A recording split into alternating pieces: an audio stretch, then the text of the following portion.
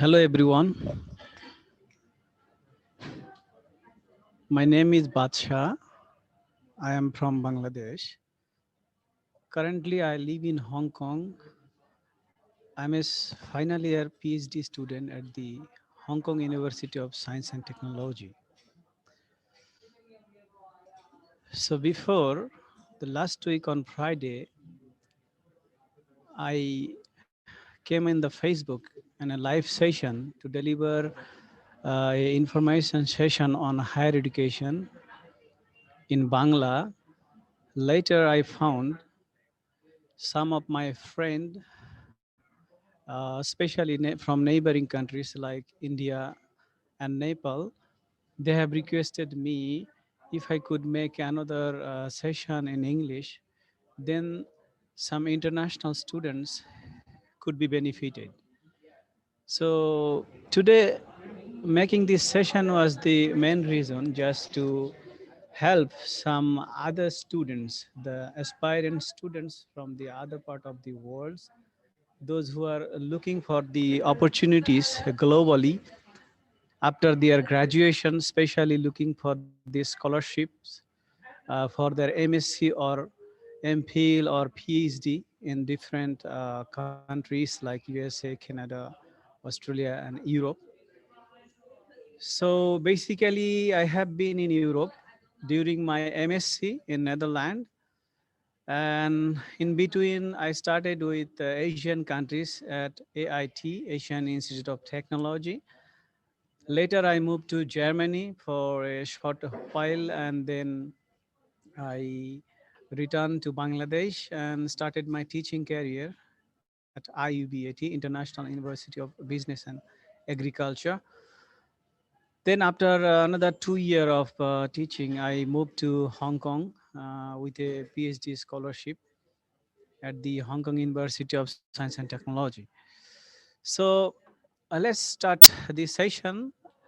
If you already joined with me, so I would like to request you to share this live session among your networks so that other people also can be benefited. So let's start the session. So today basically I'll be talking about, actually it's a kind of information session, the basic ABC on higher education. The normally many students make random questions and queries. So based on that, actually I prepared a slide. And the last week I just talked in Bangla and without slides, so I found that there are some miscommunication. I could not share the slides. So I hope today everyone can see the live session where you can also see my slides. So it would be very easy while you are following my talk. At the same time, I will be also feeling comfortable when and concise on my topic when I talk. Hope I will not miss some of the information. Those are very much important and informative for the beginners.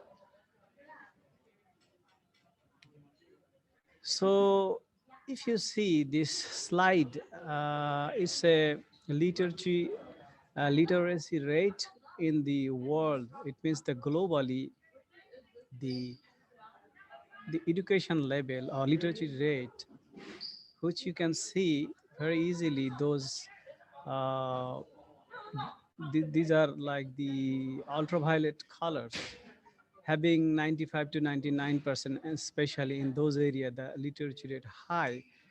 So those are the developed nation. They are the leader in terms of economy, in terms of politics. So they control the education and technology, everything in the world.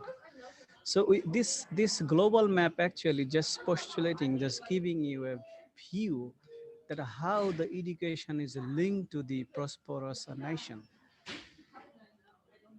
So in the second slides, I'm showing like the number of donors and the scholarship recipients. So again, you can easily see those developed nations, especially the Central Europe, like Germany, Netherlands, Switzerland, like those countries. At the same time, the North America. So they are the basically the donors because they have the wealth, they have the money, and they are having the finest educational institution.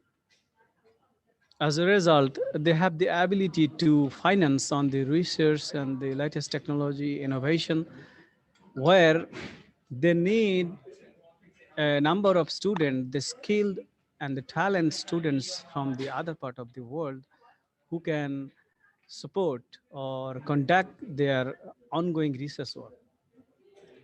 So similarly, we can see the recipients. Basically, we are from the mostly from the developing countries like Bangladesh, Nepal, Pakistan. You can see here, and also some African countries and others, even from the South America, like Brazil, Argentina, in those areas. So now the scholarship donors and the recipient, their relationship is like a two-way roads. For example, the university are looking for aspirant students. At the same time, the aspirant students are looking for a renowned universities, is it not? I always give a kind of analogy or example. For example, if a handsome boy looking for a pretty, very beautiful girl, then they must have come up with a common consent, or they must meet the desire of each other.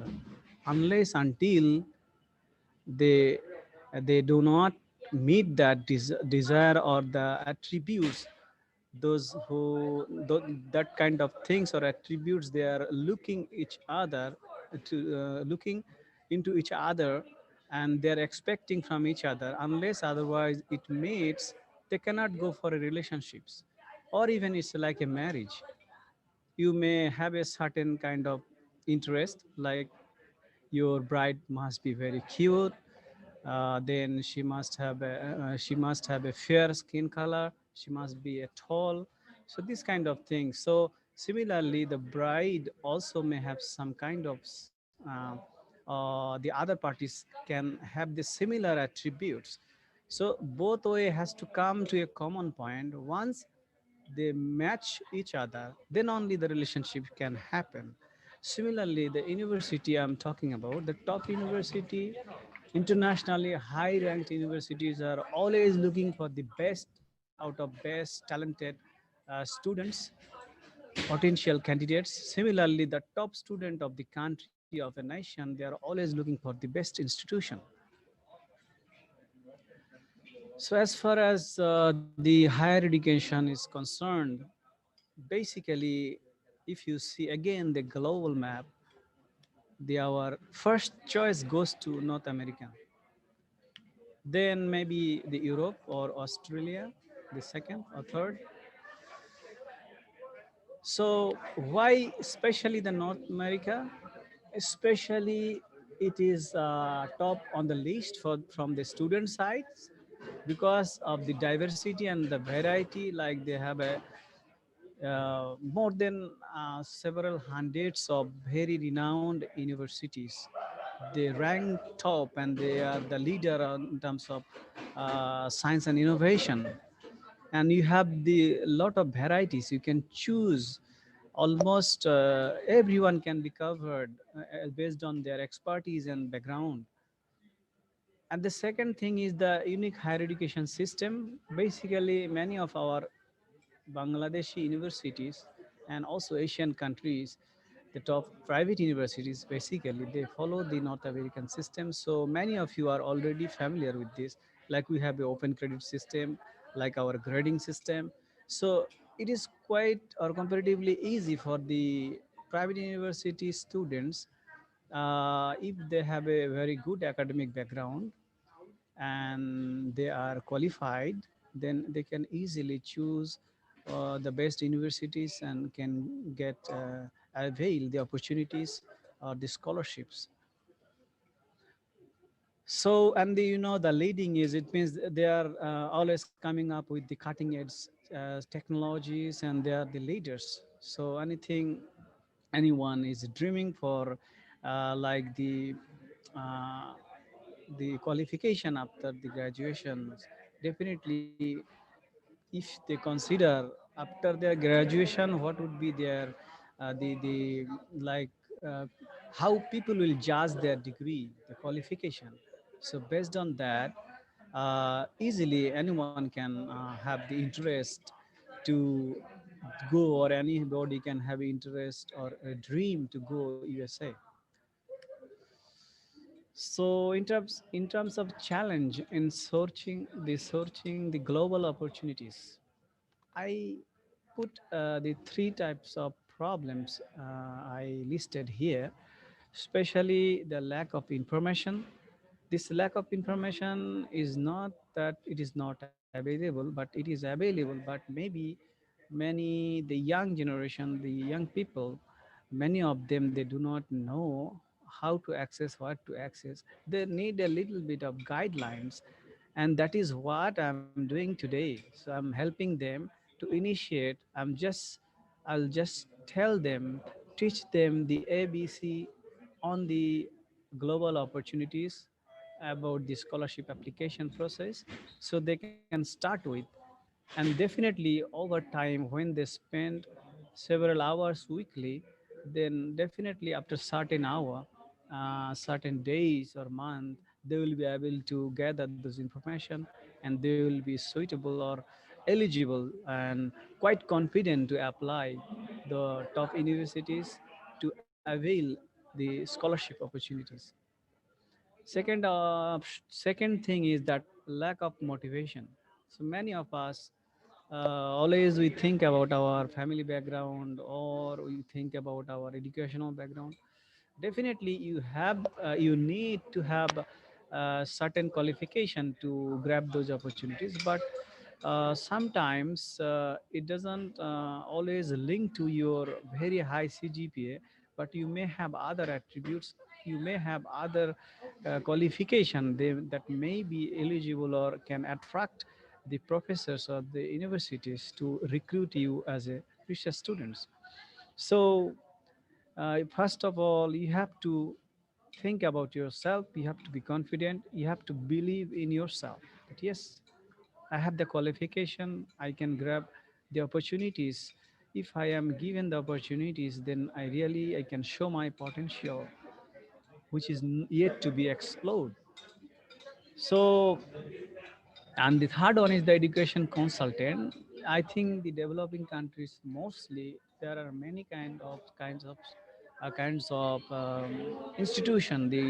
In the name of education consultant, they're basically kind of a recruiting agent of some of the countries. Not I should not say they are the ranked or good universities. Mostly they have kind of average or below average that quality universities. They are not able to attract students by their own quality. So what they do, they always go for seeking service or help from those kind of recruiting agent. So they have a kind of a agreement between the consultancy firm and the university. So they provide a student. For example, in Bangladesh, we have around or more than maybe 100 private universities. You cannot judge them all in the same line. So there are many categories from top to bottom. Even some of them are violating the basic norms. They are even involved in selling certificates. So it is not different in even the globally. Some universities in UK even, or even in the others part of the world, in Asia, especially China or Malaysia.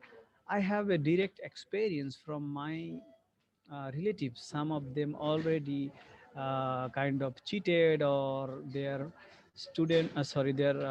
son or daughter has been cheated by this kind of some kind of education consultant. So this is one of the threat, because no one want to do the hard work. If you want to really get a scholarship, you have to have passions, you have to have a dedication. You certainly cannot expect that okay, one day I'll apply and I'll get it easily. So you have to earn it. So because of that, Many of them get cheated by different consultants because consultants are always show them a carrot. You pay me 2 lakhs or 3 lakh, I'll arrange you a scholarship in a foreign university. Some people from the low class family background, they even do not know what is the process.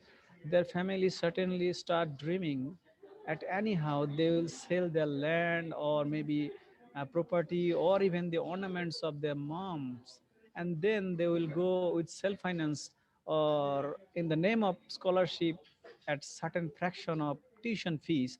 They easily go abroad because going abroad with self finance is not a big deal. If you have money, if you apply the universities, and if you have a basic requirement, then almost you can go to anywhere in in the world. Not specifically some university, I should not say all universities. Most of them, if you pay money, pay the tuition fees, then your qualification, the requirement is not that high. You can compare like the university, private universities in Bangladesh. Only few universities they have admission system, and others, if you have money, you really can get admission, get admitted yourself. So similarly, those low class university, low grades universities, they do not get student. They even try to hire international students to show their to make a good impression that even you see we have international students studying here.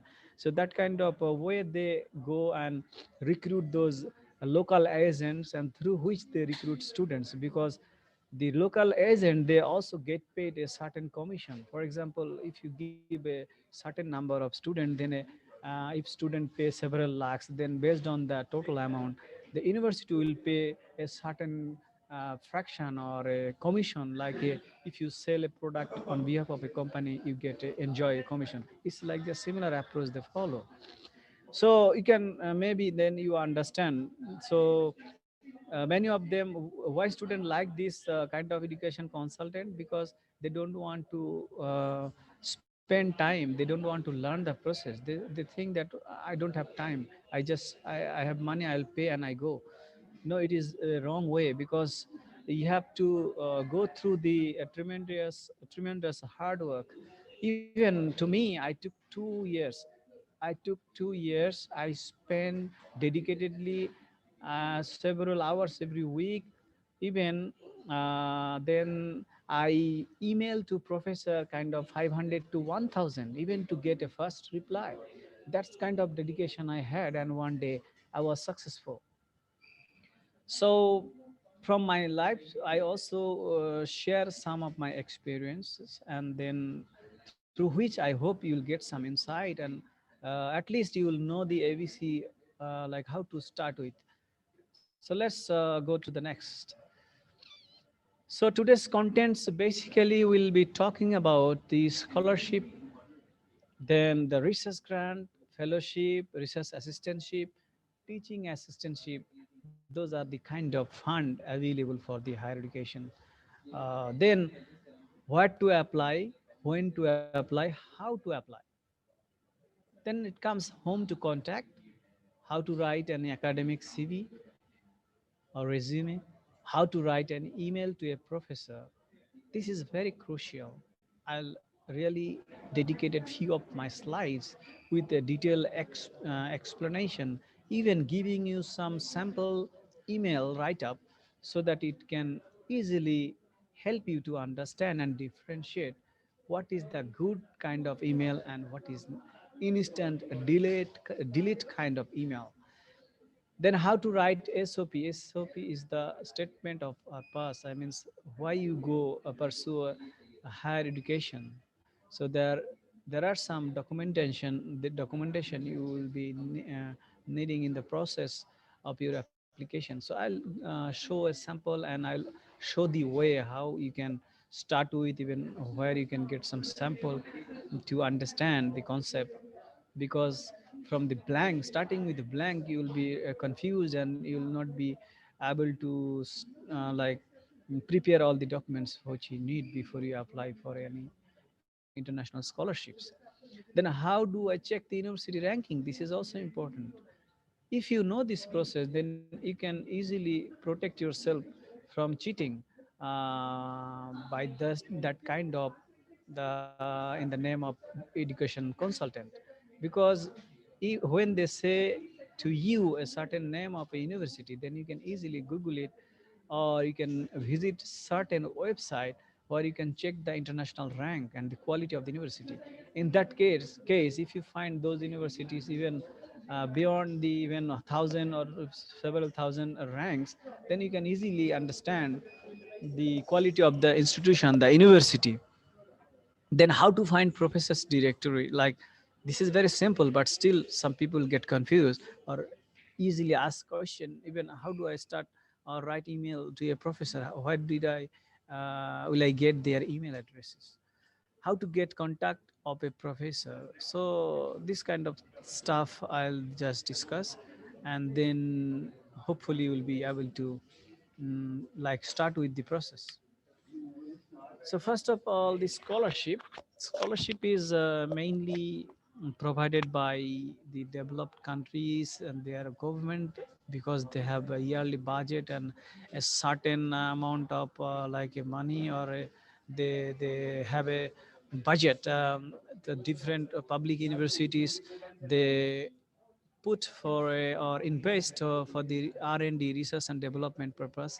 So under that, so for example, I can talk about the Hong Kong PhD fellowship. That scholarship is provided by the UGC, that University Grand Commission of Hong Kong. So it's a very attractive and very highly paid scholarship, I should say, because the monthly salary would be a PhD student is around 26,000 Hong Kong dollar, which is equivalent to, in Bangladesh, it would be two, uh, 2.7 lakh. It's around 3 lakh BDT per month. So you can imagine. Not only scholarship, they also pay additional 40,000 Hong Kong dollar two times in your PhD life, at the first semester and maybe the second year, the beginning of the semester. So total another $80,000. That means 8 lakh BDT, Bangladeshi Taka, you will be receiving beside your scholarships. You will get monthly scholarship. At the top of that, you will be given additionally that amount, because the Hong Kong few universities like Hong Kong University of Hong Kong, then Hong Kong University of Science and Technology, like my one, Hong Kong Polytechnical University, then CTU, that is called Hong Kong City University, and City University of Hong Kong, and then the other one is the you can say Chinese University of Hong Kong. That is also one of the like they are out of these four, University of Hong Kong and Hong Kong University of Science and Technology, and also Hong Kong Polytechnic University. These three are even within the top 100 ranked globally, and especially Hong Kong University of Hong Kong and the Hong Kong University of Science and Technology. They always hold the top 50 rank in the global university ranking. Then now you can imagine how much they invest, and their intention is always to attract the talented student, because mostly the talented student target to the North American countries. So unless otherwise they really offer a financial incentive, very attractive scholarship, it is very difficult to attract very good students to the university. So that is one of the reason. So the next one is the research grant and fellowship. So these are basically mostly given by the some international donor agency, or even some giant or multi national companies, like you can say Apple, Huawei, then the other mobile brands, or even some kind of like philanthropist organization or donor agency, even like the foundation like Bill and Melinda Foundation, Red Crescent. So these are the organization globally. They have certain kind of a goal every year, or every 5 years they have set a certain goal For example, Bill and Melinda Gates Foundation, their priority is to help the destitute nation or population where there is a lack of basic human rights, like lack of uh, safe drinking water and the hygiene sanitation. So in that area, especially in the sanitation and the safe drinking water in this area, the Bill and Melinda Gates invest or give a lot of fund and some medical research to come up with to eradicate some of the the the chronic disease, or those are like the malaria or polio vaccination. In this kind of projects also, Bill and Melinda Gates in the medical research, they have also invest a lot. So based on these organizations or companies, they have a certain fund, they have a big amount of money they give to some finest institute globally, so that they can recruit some PhD and MPhil or MSc level student to carry out the research to fulfill the set objective given by the donor agencies. So those are basically called research grant or fellowship. And then other kind of fund is like research and teaching assistantships.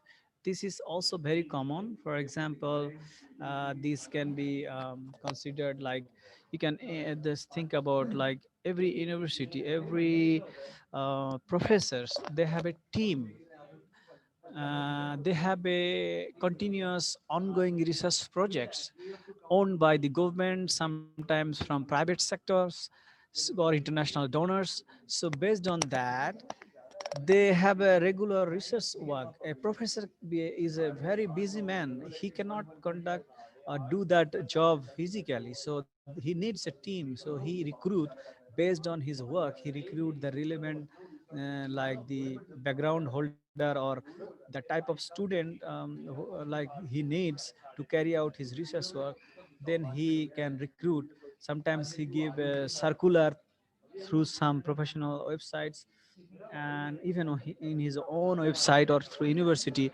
So he offer the that kind of studentship or research fellowship or research assistantship, through which student will be covered all the expenses, living expenses, at the same time the tuition fees, even sometimes visa fees, and also the two-way, the airfare, I means the with the return ticket, like one time to come or join the institute, and at the end of your graduation you can go home. The plane fare also covered by a like the scholarship. So it depends on the like type of research fund you are going to apply, and you get you can grasp, or you can be can avail it. So basically research grants and teaching assistantships are usually only covers the living expenses and the tuition fees.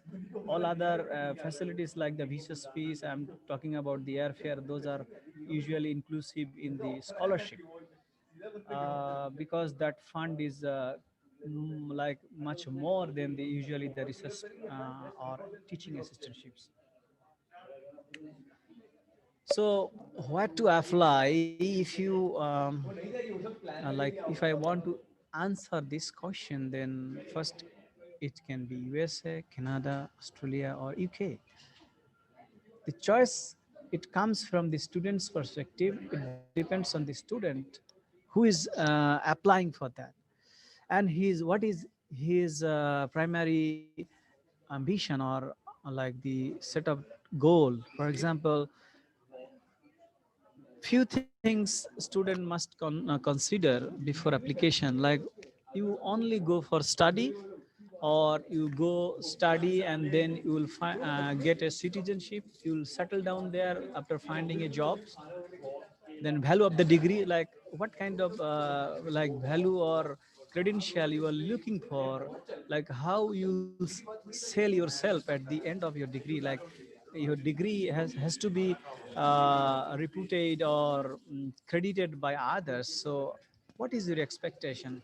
Like a degree from a Princeton's or Caltech is not same as any other Asian university degree. Definitely, the North American degree is the globally prioritized. Even I have seen some a university circular like the North South or some top universities in the country, they even write down in the job circular the North American PhD holder will be is preferred. Like you see in the engineering job in Bangladesh, they always prefer like a BUET, like or at least they mention the engineering degree holder preferred from any public university. This kind of like the priority they said. So definitely you have to plan yourself at the end. How do you sell yourself or your qualification to avail your professional career? Then at the same time, it is another important issue. You cannot just set your own goal, you have to also think about your own qualification. For example, as a just an ordinary guy, you cannot suddenly dream to get a affair with the celebrities, is it? If you really want to attract a celebrity kind of figure for a love affair, then you must be that much race. At least your qualification should match the social status and other things to attract that kind of target. Similarly, if your qualification, your educational background doesn't match, then you certainly you cannot target MIT or the Caltech or the top universities like the Princetons or the Stanford. Is it? Another thing is the financial abilities of the participant. For example, many universities in North America, if you apply per application for the admission fees and for the English score like IELTS, GRE, or TOEFL, that kind of score, when you have to process or send them the application online and also through the hard copies from those organization directly, not from you, like IELTS is the British Council. They are the agency or the council. They has to send the in a closed envelope your score result, the original copy, directly to the university. So in the whole process, you need a certain investment like 15 to 20,000 Bangladeshi taka. Now that I can say maybe 200 to 250 US dollar, that much money you have to invest for application. So if you are really financially weak, not able to even afford the amount of the admission fees, and you cannot guarantee how many university you should apply, and if you apply two, three, or five, sometimes you may apply one and by luck you may get one. Sometimes you are applying five, that means you invested 1 lakh taka, at the end you haven't get admission. It may happen. So those things you have to consider. But usually for other Asian good universities like AIT, Asian Institute of Technology in Thailand, or even Hong Kong, in these universities, comparatively the investment is cheap. For admission, you have to invest maybe in Bangladeshi taka, just 2,000 to 3,000 taka. So in US dollar, in AIT, in my time, it was only $20 US dollar, the admission fees. And Hong Kong, it was 180 Hong Kong dollar. So it depends on the university, the application fees. So based on that, you have to plan. So some European universities, you don't have to pay any coin. Like you don't have to pay any even a penny. That means it's a fully free. You can apply. So based on your target institution, it depends, and you have to plan accordingly based on your affordability. Then when to apply, this question also come to the next.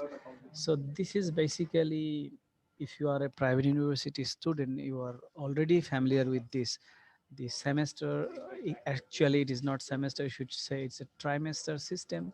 Like in a whole year we have a three parts like fall, spring, summer, and when it starts and when it ended up, you are all familiar with, so I don't have to explain.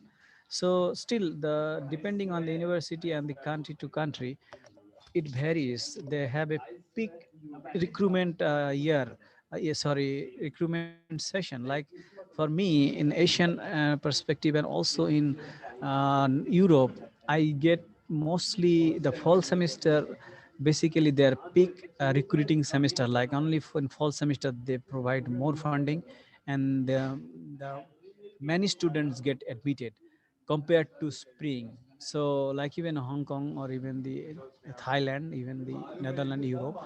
So this all three cases for me it was fall semester. And for the application of any scholarship, you must submit your application at least 4 months prior to the application deadlines, because your application need to be processed through a screening process, through, like a thorough process. So in that there are some like assessment committee will assess it from the admission system. Then you might be interviewed few times. Like for me, before coming in Hong Kong, I had to face 2 interview session. So by the one is by the direct professor, then another is one of her colleague to further confirm that the person they are looking for, I am the true person. Actually, the interview session, from my experience, it doesn't include very specific technical interviews. Like they will not ask you very specific question like tell me these and that, give me a definition. They only want to justify the whether you are able to freely communicate with professor in English, and secondly, what is your plan, little bit about the background, like what you will do when you will join as a research student based on your research proposal.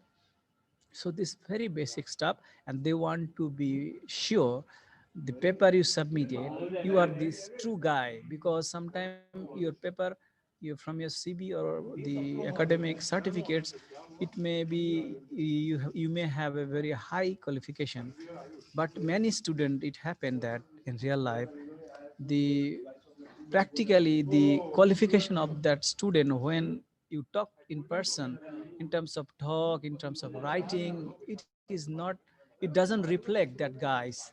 Like they can easily misunderstand, uh, underestimate the applicant, because if you have a CGPA 4 of out of 4, then you must be able to like show that kind of qualification when someone is talking with you, and when someone is talking in terms of your background, educational background, in terms of the topic you already covered in your undergraduate. Then if you are a gold medalist like 4 out of 4, definitely the interviewer must have a certain kind of expectation from you. So based on that, whether you really poses this similar or exhibit this same kind of reflection, or exhibit the same kind of qualification that you uh, whether you reflected by your CV or your academic papers and in person. So that is the verification process, basically the interview session. Then now come to the how to apply. So if you talk about this process, so basically I'll talk about the three sources through which you can initially apply. For example, the online application, this is the very common. For example, let me show you. This is the AIT, Asian Institute of Technology. So you can see here they have the admission page. If you go there, easily you find the apply button. Before that, you can also check the scholarship they offer and the deadline, eligibility, what kind of qualification you need. So it is very easy nowadays, because everyone, you are covered by the internet and you have the smartphone. So basically I don't have to teach you in detail this basic stuff. So let's go back to the other sources what I am talking about. Other source is the embassy. From my case, those are international student attending today's this live session. For them you have to think about your own embassy. I'm just showing, I'll show you just one of the example from Bangladesh case. Like here is the embassy of Japan in Bangladesh. Currently they have this scholarship, this is called MEXT scholarship, or in Japanese it's called Monobukaga Kushu scholarship. So they cover masters and PhD scholarship. Here is the application link and all other thing you have to study. So this is the another option. You can search and then through which you can apply. Then third one is the Ministry of Foreign Affairs. I'm again showing from the case of Bangladesh, in the context of Bangladesh, but you have to, if there is any international student, you must visit through your government institution and their website, relevant institution, like for us, Ministry of Foreign Affairs. In their website, under notice and circular, you can see the scholarship. You see lot of, there are number of scholarships still. Even there are recent scholarship like September 2020, there was this was the deadline which has been covered by master's degree program under Japanese grant aid JDS. So you see lot more scholarships are listed here. Is many. Those are some of them are from last year 2019. So every year if you check, you will get some latest the scholarship with deadline. Then when you go in details, if you download their details, the application process, everything is clearly written so you can follow them. So basically this through these three media like online application, through the university application, online application portal, then through your embassy and the Ministry of Foreign Affairs. So these are the three sources you can start with.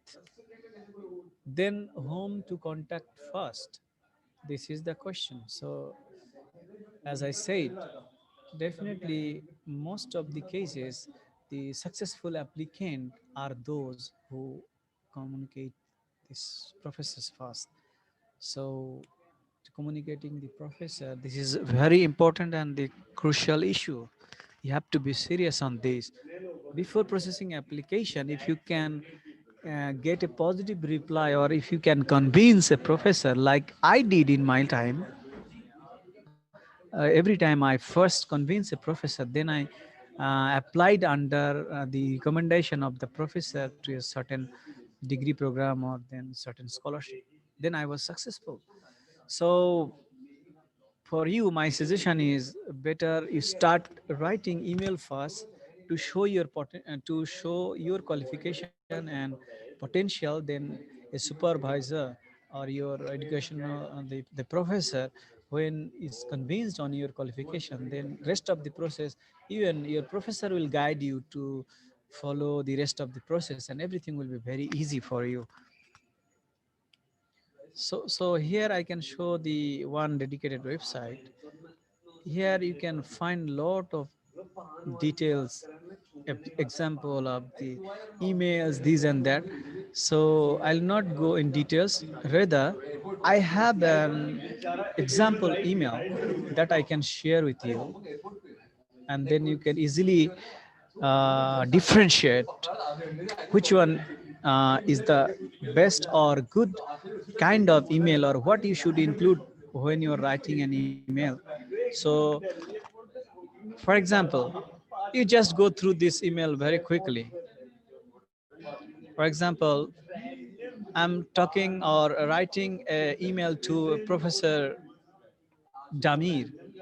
I'm talking about like this. I'm a student at certain college university and I'm thinking to start my MSc in abroad. I'm interested in your research work. Basically, I'm looking for a scholarship. I'll be very grateful to you if you kindly offer me a full funded position under your research group. Feel free to provide any advice or direction about that. So these are called instant delete emails, because sometimes our professor also shares some stories because they receive even several hundred emails per month or even per week, several emails they receive from different part of the world. So when they open the email, some email are like the instant delete email. For example, this email, though you are thinking is a email, but why is an instant delete email? It will be very clear if I show you the next example. So let's see the Next one, what you see here. Here I say this email is one of the kind of good example email, or here is what an email to a professor should look like. So let's go through it quickly. For example, again, Professor Dami, dear Professor Dami, greetings. My name is Badsha, a bachelor student at XYZ University, your university name, under the College of Engineering and Technology with a major in environmental engineering. Currently, I am a final year student and will be graduating next January. I have a CGPA 3.85 out of 4. Also, I secured overall band score 7 in IELTS. Second paragraph. That means the first paragraph I am just quickly giving an impression that I am academically serious. That's why my CGPA very good. At the same time, international score, I have the analytical skill, I have the language skill to study in a foreign university like the 7. I'm planning to attend graduate school in fall 2011. Sorry, it should be 2021, for example, next year, with a focus on adsorptive removal of heavy metal ions from wastewater. In one of my classes, environmental engineering, certain code of your institution, like every course you have a certain coding system, which was taught by a professor XYZ. I had the chance to read one of your articles entitled, you can add the title of the particular article, journal article you read. I really enjoyed it, and it gave me many ideas for my future research. I have been exploring graduate programs where I can work on this topic. My specific project will likely focus on adsorption, and I am particularly interested in exploring the question of how to develop a low cost adsorbent for the treatment of metal containing wastewater. Lastly, I can say I hope you don't mind my getting in touch, but I would like to inquire whether you are currently accepting graduate students.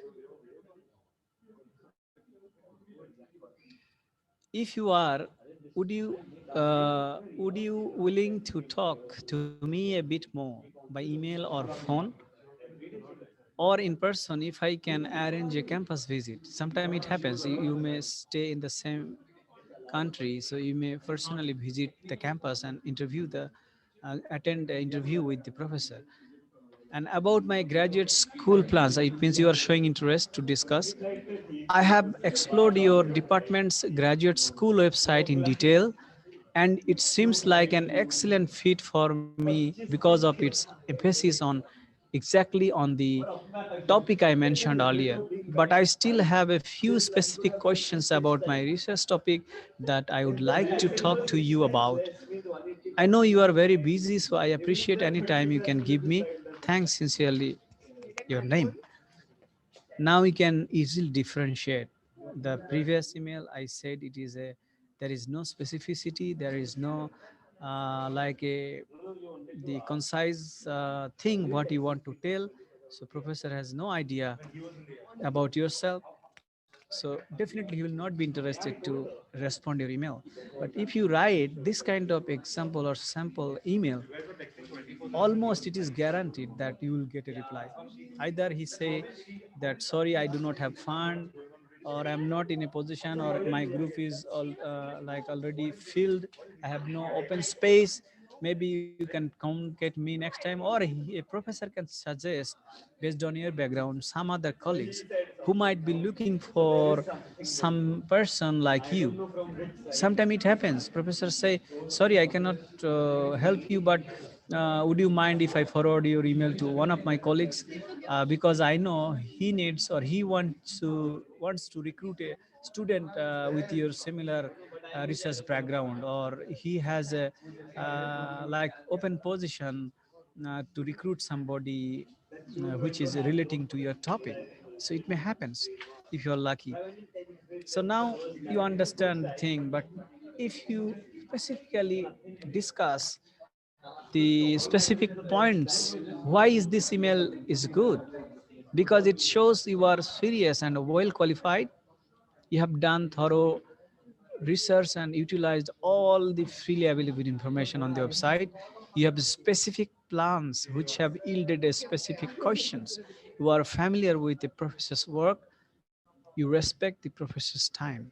All of these attributes will make your email and your name stand out and exponentially increase your chances of getting a timely, thorough, and a friendly response, and potentially building the kind of relationship that leads to a strong mentoring relationship.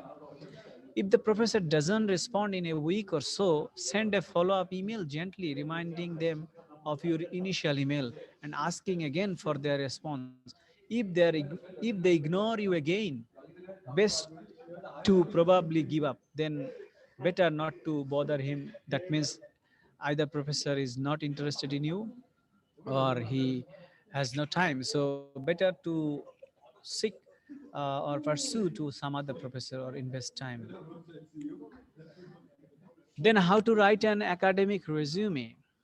Definitely the resume are different based on your what you want to achieve. Even if you want to get married, the recent time people use a CV.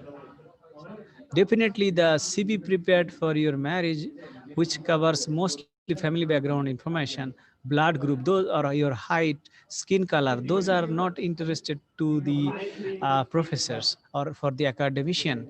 This is very easily anybody can understand. Similarly, when you are applying for a job, you have a certain thing you have to highlight.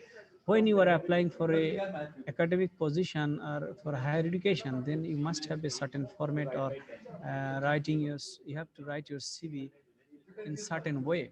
So what might it cover in broadly? If I say, you must highlight your educational background, professional appointments or employment if you have any, especially if you are fortunately given opportunity in a university in an academic job as a teacher or a teaching assistantship. Then your publications regarding your relevant to your topic in which you are interested for. Sorry. Then awards and honors. Usually those aspirant students, they definitely have some kind of awards and achievements in their personal level. Then grants and fellowship, you may have a talent pool, even the scholarship in Bangladesh education system like class 8, or even your essay, a public exam. You might have a outstanding result, like you scored or stands one of the like board, you stands in the like you scored or have a like the golden a plus, or maybe you based on the marks you become one of the board stand students. And then maybe you have been invited for a talk in an academic or in publics. Then conference activity participation, teaching experience if you have, that is one of the important part. It always help the academician, they value a lot. For example, I was I'm still holding the position as a senior lecturer at IUBAT. So because of my teaching position, before I apply for any scholarship, definitely it helped me a lot to get attraction or to avail the scholarship easily compared to any other applicant. Then the research experience, definitely you have to show some kind of experience, especially based on your undergrad level thesis, or at least you might have some engagement in joining national or international seminars at least, or conferences. Publishing a journal article is not easy for undergraduate student. Many of you do not have this the research experience, but at least you can have or show some kind of mention that you have presented in a seminar or conference in the department level or national level. Then service to profession, departmental university service. Sometimes you may be a like short-term helper of the department, arranging some events, extracurricular university service like in the club activities. Those are also okay. Even some voluntary activities, you may like join some voluntary activities. So that can be also listed. but not that recommended, I should say. I'm just giving you the overall points, but it doesn't mean that every point you have to include in your CV. Like the related professional skills, like if you know special software, like if you become a want to show your skill as a structural designer, then you must have those like things in your CV, like you know ETABS, StatPro, those kind of structural analysis tools. And then and then non-academic work, it might be teaching areas, courses prepared, like what kind of courses you have taken already.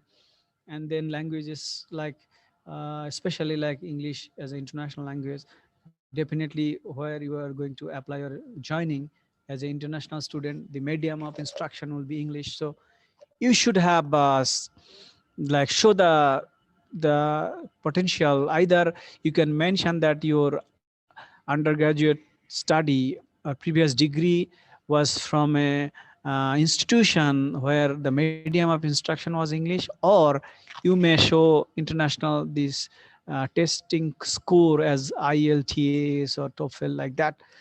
Then professional membership application, like in engineering case, like for us we have IEB. So this kind of thing you may have mentioned, this kind of thing. So the assessment committee may have a reflection on that. Your degree nationally is already accredited, that means you are from a qualified institution. So these are the secondary measures they can have on you.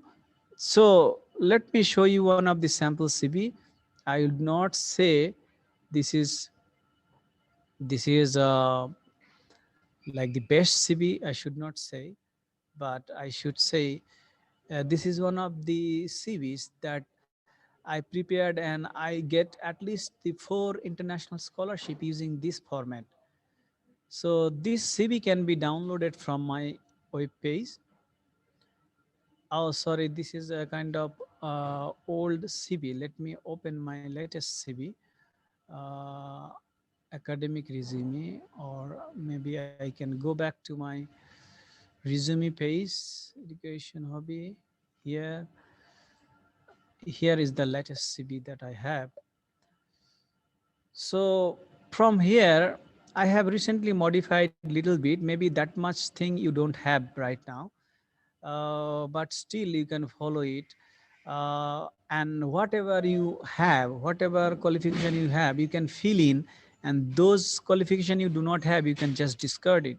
For example, educational background, especially I highlighted my one, and then professional experience, whatever I have, I showed, and then journal publication. This part will be difficult for undergraduate student.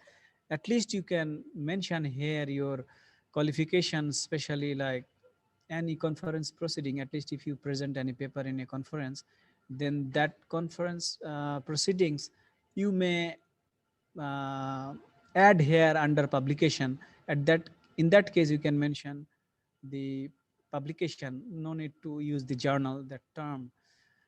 Then definitely you have to highlight your selling point, like what honors and the awards you have achieved in your lifetime, from school to college, university, everything you can list down here. Then conference or seminar presentation that I'm talking about, I also listed out here, but I already have journal publication. That's why I separated them, because now in future when I apply for a postdoc, then the professor will give more importance to the amount or number of publication and the quality. So this is the highlighted part from my research skill. Any professor looking at my CV, they will be convinced if they go through and see some good publications to the top journals from this section, then definitely they will have a good impression on that. Similarly, the honors and awards you have to list down for your case. And here you can list down conference and other the seminar presentation. Then professional training, list of things I have added most relevant, those training and workshops I have attended nationally and internationally. Then you can go for experimental skills, like what kind of experimental work you have done during your undergraduate thesis, and also what kind of equipment you are familiarized with. Like for many of you, it will be difficult to understand them. because they are the some high level equipment like TM, SCM, EDX, XRD. These are common term for the guys, chemical engineering or material science.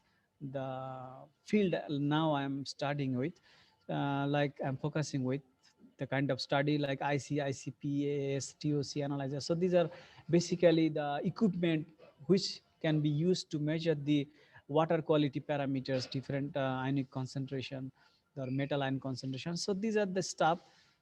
For your case, you have to think about what can be could be the relevant for your related to your undergrad level, like the basic equipment you may mention, like PAs, BOD, COD, those kind of experiment, and like the turbidity, DO level, and also another thing is the alkalinity. This kind of test in environmental engineering, if you are a civil engineering student, you should be familiar with your undergrad study. So you should list down here what kind of experiment at least you are familiar with.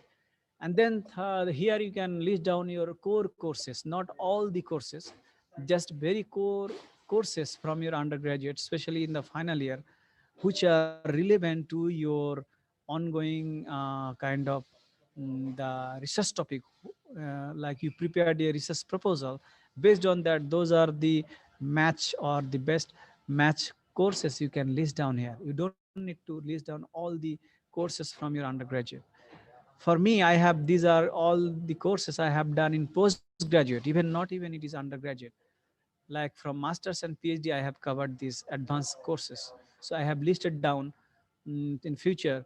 Then you can you must have a reference section where you must select your professors, especially undergraduate, the thesis supervisor, and those teacher you have done your coursework, or departmental head, at least who knows you personally and who can recommend your qualification, like how you are capable of handling research job, or what about your academic sincerity, honesty, and the decency, this kind of stuff. So as I have internationally linked with many professors during my MSc and PhD, that's why I have chosen these three of them from the list. So I did not use any undergrad or from my previous. I used like the very recent the supervisor and their in my CV. So I think from here you have just get a little idea on how to prepare the like like the academic CV. Then let's go back to the my slide, uh, my lecture, then study abroad. Here, so we left here the slide number, application, university professor, and then finally, yes. So we were here, sample resume. So this CV can be downloaded. Don't worry, after the session, I'll give you my web address from where you can download the PDF from my personal website. So those who are joining, again, thank you very much for joining me in this live session, which is being live broadcasted or streaming in Facebook. And I would like to request you, if some of you join me, you may share this video. And I hope many of our students from in country and from beyond our country, like neighboring countries, they will be benefited. Since from the last presentation, I have get some responses from outside the country, and based on which I get this motivation to make another presentation on the same topic voluntarily, to help those aspirant students, those who are looking for the ABC or the basic knowledge, how to start with the application process to avail a scholarship. Now I go for the next, how to write SOP, the statement of purpose. Again, I can show you a sample and I can come back. Research proposal, resume, letter of motivation. Yeah, basically letter of motivation, or sometimes it is called SOP, statement of purpose. So here one sample, again you can access this through that folder and you can download. I will not go through details. I'll summarize instead like um, this way so that you understand what you should include. I cannot say my one will be exactly matched for your expertise. Definitely, those people are joining me having different background, educational background. You are looking for different kind of like samples, but I cannot feed you or provide you or satisfy each of your need. That's why I'll just give you the overall things, which point you should highlight in your SOP. Like show your interest and motivation for the position. Like what position you are applying. Definitely you have to show and justify your motivation and interest. Then highlight the salient features from your educational qualification. When you are writing for a certain topic, when you are covering a certain topic, then you must show a certain educational qualification that you have, like a certain software, certain professional training, or certain at the top of your coursework, you have certain skill that easily recognize yourself as a qualified applicant for the position you applied for.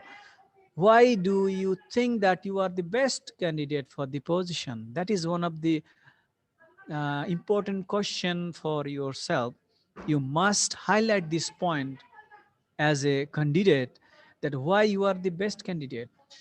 Because many like maybe 100 or 1000 applicant are applying for the same position. Then definitely if you want to attract a professor to yourself, your qualification, then you must show in your writing, you must come up with something, a salient feature that you have to like uniquely show, so that it can be distinctively you can be one of the outstanding applicant.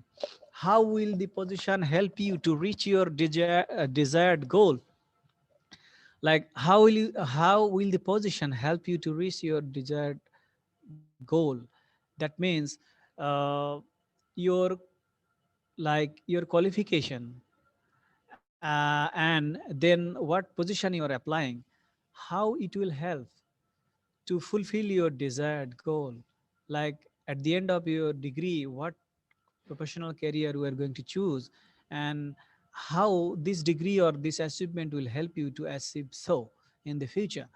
At the end, what would be the impact on you? That means what would be the final impact on you for after completion of the graduation, and what benefit your institute or your country will enjoy. For example, if you go as an environmental, like doing MSc or PhD in environmental engineering, then definitely you can relate that if you are from a developing countries, then you can add that at the end of your graduation, your knowledge will be very helpful to come up with a low cost technology, design a low cost technology. For example, the Bangladesh affected severely due to the arsenic in the drinking water. So you may say, I'll particularly focus on the removing arsenic from drinking water, and I'll try to focus on that, or to develop or come up with a very simple solution, so that destitute people, those privileged, underprivileged people get benefit through me. So that would be the one of the crucial point for you. So these are the sample I am talking about. But when you go to my SOP, then each of the point you can relate paragraph wise, and then you can generate the ideas for yourself, and then you can write up a very good SOP for yourself. And that definitely has to be corrected by English tutor, so that you can avoid any silly mistake. Because if you write very loud, if you submit a SOP or any other write up, if professor get it is very lousy, it's not, you are not serious, like very easy mistake like punctuation, spelling error, this kind of stuff, if he finds, then definitely he or she will have a very bad impression on your qualification, on the applicant. So you must be very careful on that. So read the and also read the requirement of the offered position carefully and mention them in your SOP properly. And also the thing, you have to write very specifically. It is not like you will prepare one SOP or motivation later and you will apply for it. It will cover every application. No, you have to be very specific. You have to spend time for each application. You have to read the requirements, the type of fund you are applying for, the requirements are asked, or you have to fulfill as an applicant. This has to be very clearly read. It is not like you just skip without reading and you are preparing yourself. Then what will happen? For example, you spend a lot of time and preparing application. At the end, you see your country is not listed to enjoy that scholarship. It happens many times. For example, there is a list of LDC countries. They are prioritized. They are always given priority to give the science scholarships. For example, ADB or those World Bank or Japan, like ADB, GSP, this kind of scholarship, they always highlight and with their research fund to help the poor countries, developing countries. So if your country is not listed in the LDC countries, list development developed countries, LDC, then you will not be qualified. The first time in the screening process, you will be disqualified. So you must read the qualification very carefully so that at the end you don't waste your time. And another thing, sometimes scholarships are specific for the gender. Some are dedicatedly offered for the women, for a certain topic, for the development of empowerment of women in education. So you can imagine you are processing everything and finally you found out that this scholarship is specifically awarded to the woman or girl. Then as a male, or it is a for female, then as a male you are not anymore, you are not eligible for that, so you'll be easily disqualified and your effort will be meaningless. Then how to check the university ranking? This is one of the important question. If some so-called education consultant want to sell or try to get benefit by sending you to some low quality university by taking your money, then this is the point. You can cross check the university ranking. Don't rely, don't believe their words. It is very easy. You just go to the top university ranking, this link, you see how easily you can check the university ranking. For example, number one in 2021 is come California Institute of Technology, that we simply call Caltech. This is number one. The University of Oxford, number two. Stanford. This is how you can see the university. All are from USA, mostly USA university, occupying or holding all the top 20, maybe top 20 universities globally.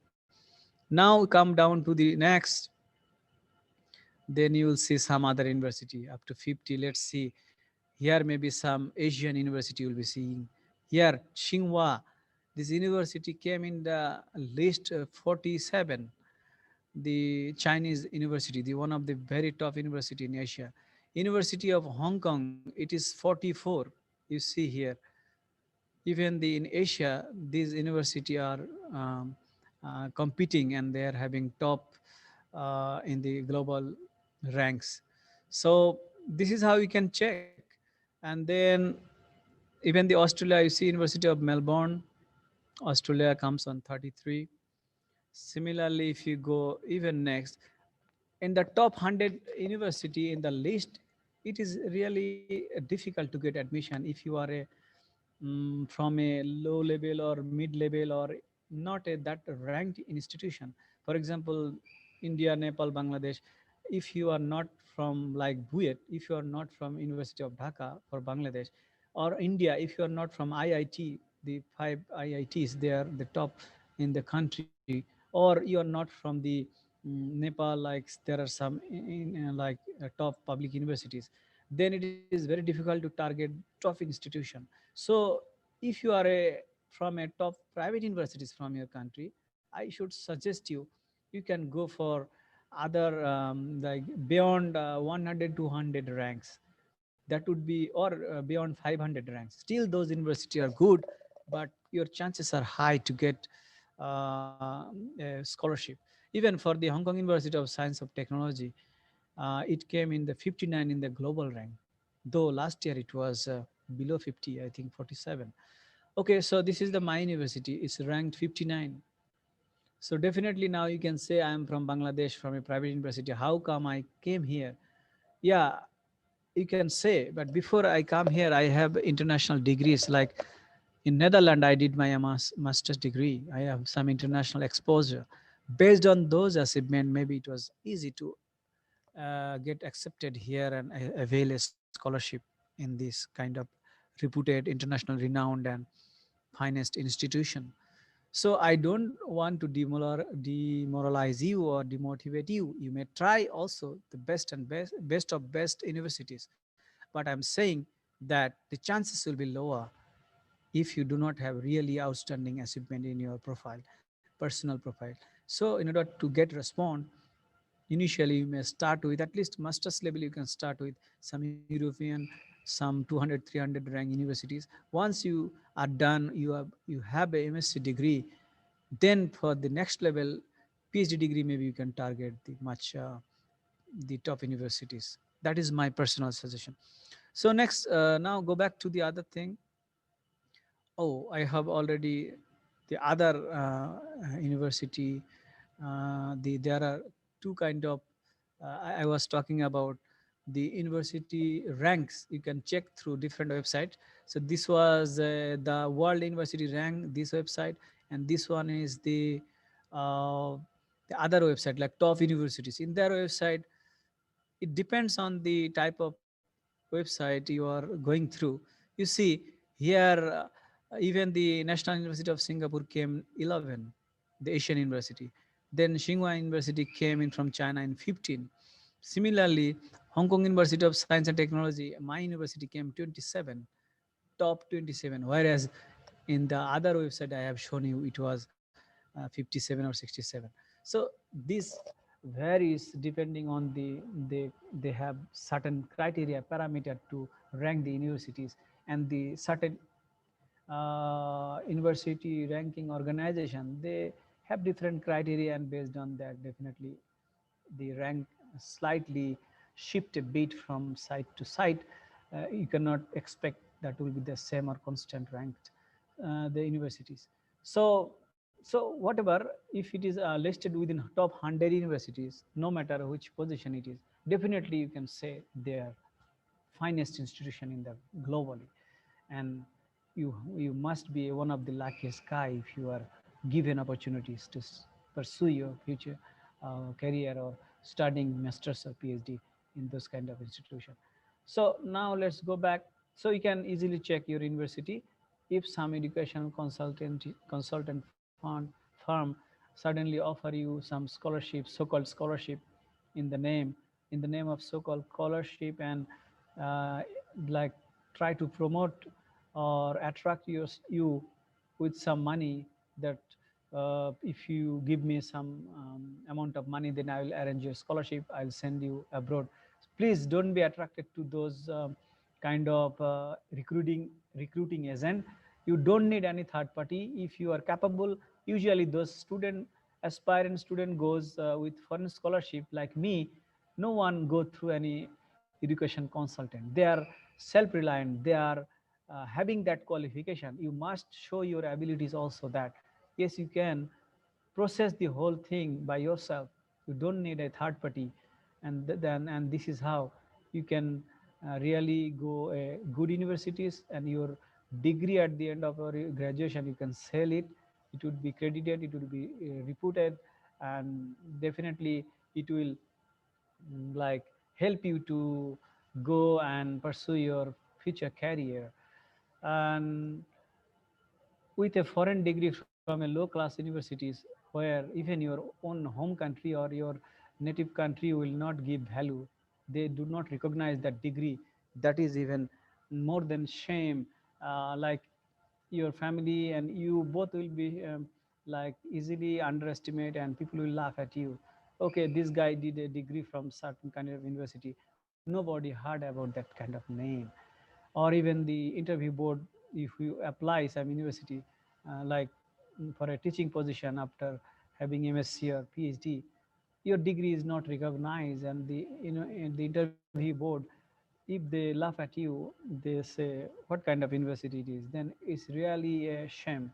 So be careful before choosing university, and before by defied, or before being cheated by any so-called education consultant, you must check the university ranking if you go through them. Then how to find professors directory? This is a very fundamental or basic level things everyone should know, but still I'm showing it here. So departmental website, if you go there, I'm showing, then easily you can find this program, and then people, for example, I'm showing in Hong Kong. You see how easy you can check the professors and their expertise when you go and click. For example, let me show you one professor here. So you can see everything in organized form. For example, if you go this professor, you see the email, and then why the personal page is not okay. You can see about the professor, you can find all the information. Then you can check the the the professor's details and home page here. Then professor's profile, you can find the what kind of research she does or involves, then what kind of teaching and what the additional activities. From here you can get an idea what kind of person she is, like socially she is good, she is friendly with students. So this kind of thing you can check her personal profile, and what kind of achievement she has, and what kind of research work she is involved with. So based on that you can target, if you find your match, this professor is certain professor, for example you are looking for some kind of position, and that professor has exactly the same match with your interest, then definitely you can go for writing email to her, so that she can be attracted to your attributes or your qualification. So now come back to the, so finding directory is not a big deal. Just go to the website, a departmental website, you find the people, or maybe it can have a name like staff directory, people. Sometimes you can have a find a supervisors, find a researcher, find professors, scholars directory. These are the kind of keywords usually in the website they put. So you just click and go there, and you can easily get their website. And in details, after primary assessment, you should not write kind of without studying them. Many people like, okay, I got an email, I start writing. No, better you take time, invest time, you understand professor. If you remember the kind of email I showed, the best email, in the writing, I have clearly shows what is the good email or the best email. That email, if you want to write that kind of email, definitely you have to study the professor's profile thoroughly. Otherwise, we cannot write something by guess. You have to study the professor thoroughly, extract the information you need, then you write your initial email. Then gradually, when professors show interest, then you start preparing your application and go for SOP or letter of motivation, and all other stuff you can slowly progress on. Then who provide funds, detailed information. Here you can see the government scholarship scheme. I already show university, professor, industry. Sometimes company or industry also offer scholarships. So the selection process, initially it start with the industry or company website. You can read the basic requirement, then according to their selection process you can go through. And like some company offer the scholarship like this, you have to satisfy certain requirement. Then when this certain prefix topic will be given, like in the industry or for their R&D process, they have a certain problem in the industrial process or their product development. So they have a preset topic. Under the topic they want to fund a research fund for a MSc or PhD level. Then they appoint professors from the university. So basically they invite application at the beginning, but when you get fulfill the requirement, when you apply, they process all the application and submit your application based on their requirement. They initially they will screen through their requirement, and the best applicant will be screened through a thorough process, and then maybe it will be delivered or given. Shortlisted candidate will be interviewed with the professor, and based on the final selection, based on the professor's recommendation, they will cover your cost. They will be like a sponsor, like you are the media, you go there, you get a degree, and what kind of research you will do during your degree, that output of the research will be used in their company for their product development or their process development. So this is how company will be very benefited, because they need highly skilled people, and the highly uh, technological, the highly equipped lab. So it is difficult to hold for a mid-level or small company. So this kind of problem they can easily transfer to a university where there are huge laboratory facilities and expert professors are there.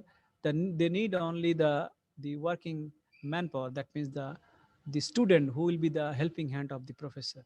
So the technical guy, the professor, will guide you through a certain prefix topic, and your fund entire money, the university tuition fees and the monthly your living expenses will be covered by the company as a sponsor. So this is one kind of thing.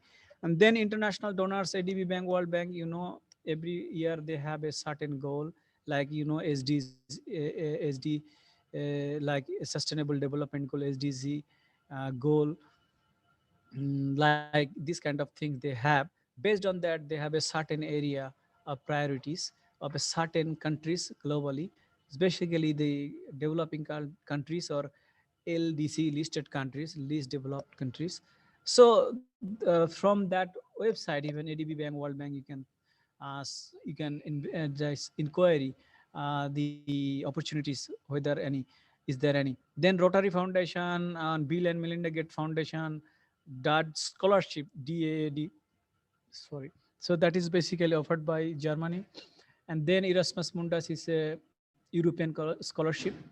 It is one of the like best scholarship in Europe.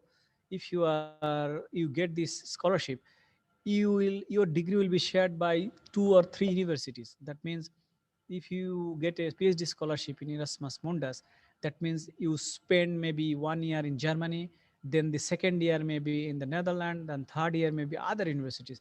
This is how you'll finish your degree part by part in different university and different culture under different supervisor. And finally, you will be wrapped up with your whole work in a maybe the university you started with. So this kind of programs also available, and this is very exciting, because in that case you can easily go and multicultural experience you can have, like killing two birds with one stone.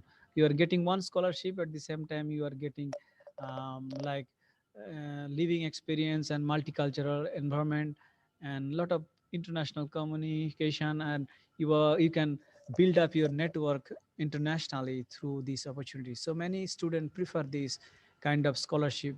They can explore themselves in the multi-dimensional ways.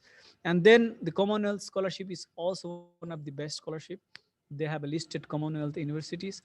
You can avail the scholarship, and then you can choose the which university you want to study. When you fix or get admission of that university, then according to the scholarship fund, they will bear all the expenses, like tuition fees, and on the behalf of you everything, like the even plane fare maybe. Then UN organization, like I did my MSc from Dutch government scholarship. Dutch water board provided me sponsorship. It's a 48,000 euro for my MSc. You can imagine huge amount of money they invested on me during my MSc. So this is the overall, beyond the first three resources I have shown you: the Ministry of Foreign Affairs, the embassy of the foreign embassy website, and third, the direct application. Beyond these are the other sources. You can directly check those link, I have all are hyperlinked. These texts are hyperlinked. So if you download these slides from my website, then you can just click and go to those site and sorry, maybe one or two links maybe not working, but for example, Bill and Melinda Gates, this should work. Yeah, definitely it will work. So this is how you can directly visit those different agencies or donors or philanthropic organizations or international donors or the foundations. And then so I will not go through them all, so you can explore. So now, what things to prepare before you apply for an admission? I think you also know about this. For North American, you have to show your analytical skill, quantitative skill, like even GRE and TOEFL. It is equivalent to IELTS sometimes. Sometimes they say particularly you need GRE and TOEFL for certain universities, especially the North American universities. And IELTS, if you have IELTS scores, you can cover most of the Asian, European, and Canada and Australian universities. So this graduate record exam, GRE in the short form, time to time they change this marking scheme. So please check with the latest one. I have one of the scheme here. So if you download my slide, you can go through the detailed breakdown. I don't want to take time here. So again, the IELTS scores or TOEFL score, which equivalent here it is shown. So the different the segment like reading, listening, then there is a speaking, writing, and how you have to sit exam for the exam. So after reading and listening, there is a short break for 10 minutes, then you will have the other two tasks. Usually the speaking test will be conducted another separate day for with a live interview with the examinee. So these are the like the approximated breakdown of the times what you need, and the just a idea or breakdown of the IELTS test what you have to focus on. And detail, I would suggest, if you are not self-activated person, then you should get admitted any of the like Cypurs, mentors, and whatever available training center nearby you. If you can find British Council, that is the best. You can get admitted, and through a native speaker or the trainer, you can be trained. And if you get admitted any training center, the benefit that you will enjoy, you can like timely prepare yourself.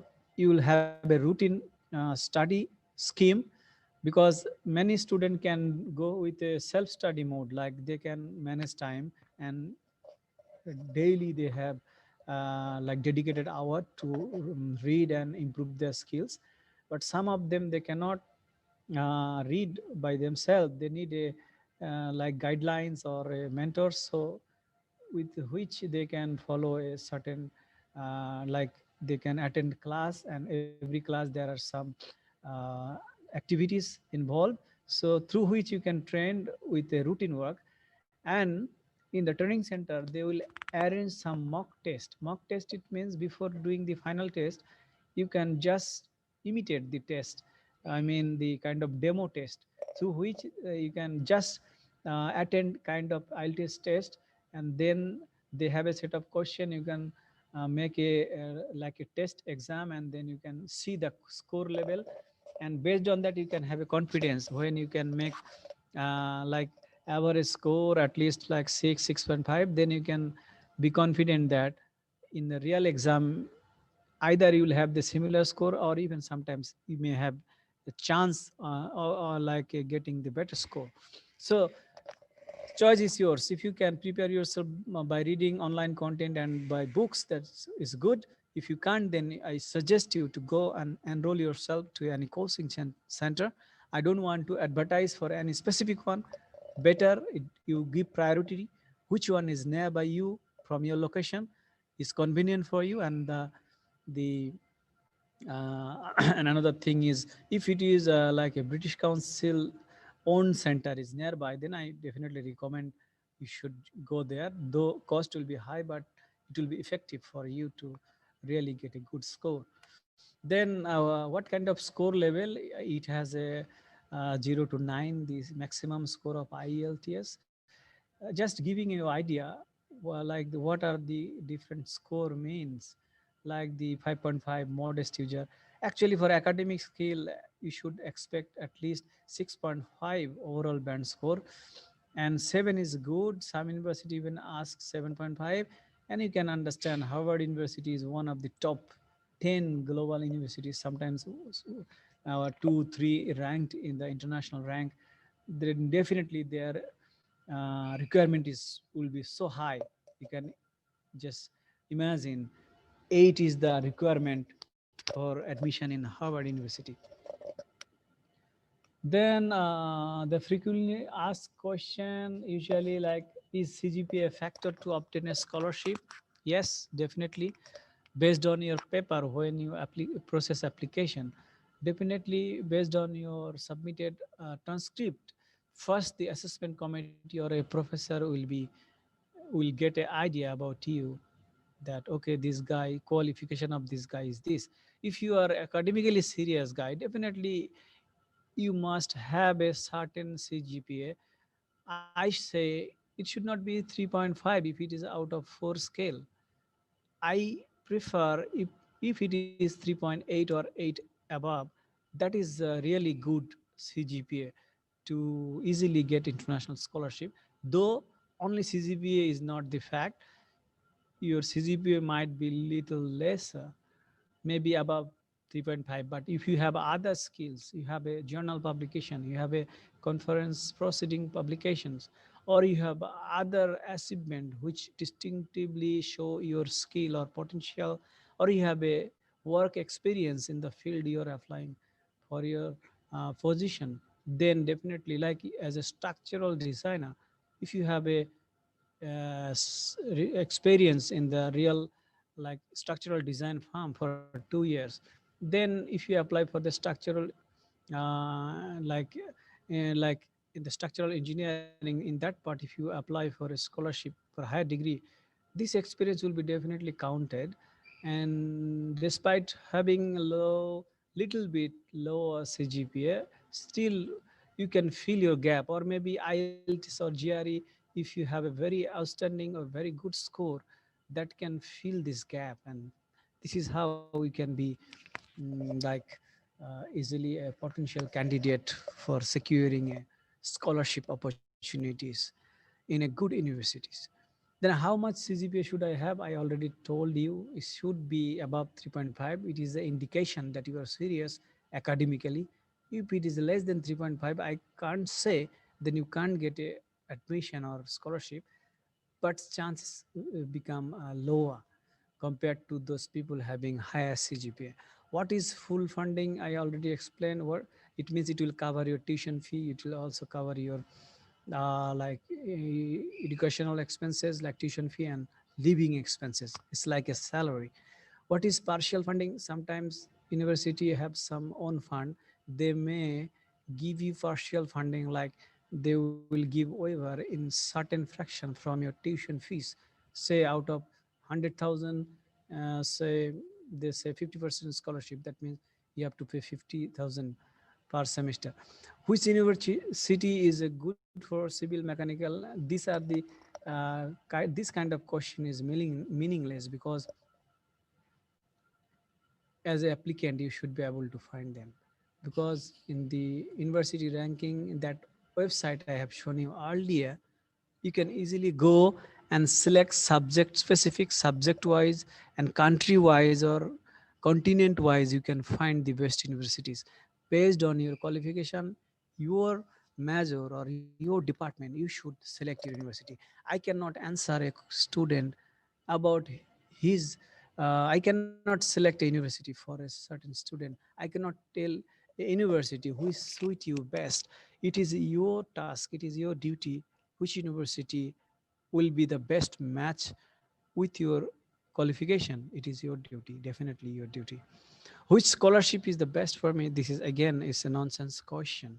Many people always ask, please go through the university website or donor agency or those resources I have shown before, and study their scholarship and their criteria in details, and then you can scrutinize, select few of them for your own to target some institution. Where to apply? I have shown when to start preparing myself based on the university calendar, the peak recruitment semester. Usually it is fall, it can be spring either. How much money should I invest to get admission for foreign university? It depends. Usually in Asia, it should be 3 to 5,000 Bangladeshi taka, or it means below $50 US dollar. If it is USA and other universities, overseas university, North American or Australia, then maybe it can go up to 250 to $300, like 18 to 20,000, including the sending application fees for sending GRE or IELTS score to the directly university authority or in the admission department. Do I need IELTS score for applying in a scholarship? Many scholarship do not ask for this, but they ask your education background should be English medium, like last education for the university degree. In that case, from your university, you may get a certificate which will state that your medium of instruction was English, like many private university we have, and strictly follow even like IUBAT. Then from that university you can get that supportive certificate. But if you have a IELTS score, international score, this is always better, because when you can imagine 100 and 1,000 people are applying, if somebody has English medium institution before, at the same time he has clearly a very good IELTS score, then definitely the priority will be given to that candidate compete to yours, where you have submitted only the instruction, medium of instruction, that kind of certificate. So I suggest you, if you really think or dream for a scholarship, then you must go through the IELTS test, language test, and also if you target North America, go for GRE and TOEFL and make a very good score along with your good CGPA. Then you are almost done. You are highly probability will go very high. You are almost, if you can process or apply and organize other documents in a nice way, then today or tomorrow you will be given opportunity in a good universities. Should I enroll myself to a coaching center before registering the IELTS? This is the question I already answered. That test usually it doesn't. We don't need. Basically, if you can prepare yourself, if you are self-aware, if you are self-confident, then online, if you go even YouTube, a lot of tutorials and the classes are free. You can just, you need dedication and time, and you have to invest time to prepare yourself. You don't need actually the coaching center. But for those who thinks that at home I cannot prepare myself, if I go there I can be under a routine, a regular study mode, for them it is suitable. And especially to attend some demo or mock test which will boost up your confidence level, so that in the real exam you will have a high score. So that's all. Thank you very much again for those students who are live, like attending or with me live here in Facebook. And I'm really thankful to those international guys, my close friends, one from USA and Nepali friends, and another from India previously, who even requested me to hold this session one more time, because they are younger brother and sisters. They are the potential aspirant student now, going to be graduated soon. So based on their request, I made it available, and I repeated this same topic for the second time, this time in English. Fortunately, my Indian and Nepalese friend, both of them know Bengali, the writing, and they understand Bengali. Because of that, it was easy for them to follow my previous session. So now I hope their younger brother and sisters can follow my this video, which is totally in English, so I don't think they will have a very difficulties to follow me, since I have shown very clearly the slides. At the same time, the all the content, the including the slides, my CVs, SOP application, all the things are available in my personal website, which also shared here. So if you go and visit my personal website, then if you go to the education and hobby, and under the lecture, my lecture, if you go to the study abroad, then a dedicated page is there. Because of my students, I created this, so everyone can be benefited freely without any charge. You go for CB, you go for whatever the things you need. Complete application also I uploaded. The application which I used, like the latest application in Hong Kong University of Science and Technology. Then research proposal which I prepared, and I have added two research proposal. Then statement of purpose. These all sample copy can be downloaded from my website, from this link. First of all, when you click, you will be not be given permission. A email will come to me.